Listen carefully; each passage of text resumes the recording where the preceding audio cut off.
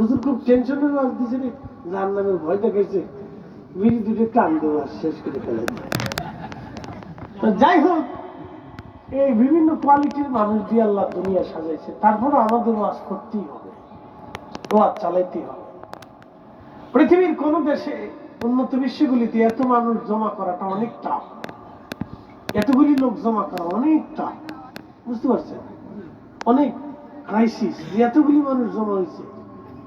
দেখবেন সৌদি আরবেও আসবে, মধ্যপ্রাচ্য একটা মুসলিম কান্ট্রি, একবার হায়ার মুসলিম কান্ট্রি, সর্বোচ্চ মুসলিম কান্ট্রি, সেখানে কোনো ওয়াজ নসিহত নেই।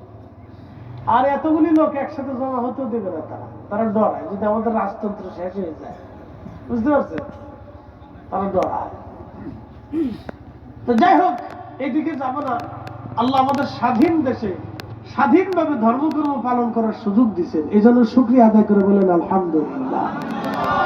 আর স্বাধীন মতো ধর্ম করুন, ইচ্ছা করলে যে কোনো জায়গায় আপনি মসজিদ বানাইতে পারেন, কিন্তু ইউরোপে যান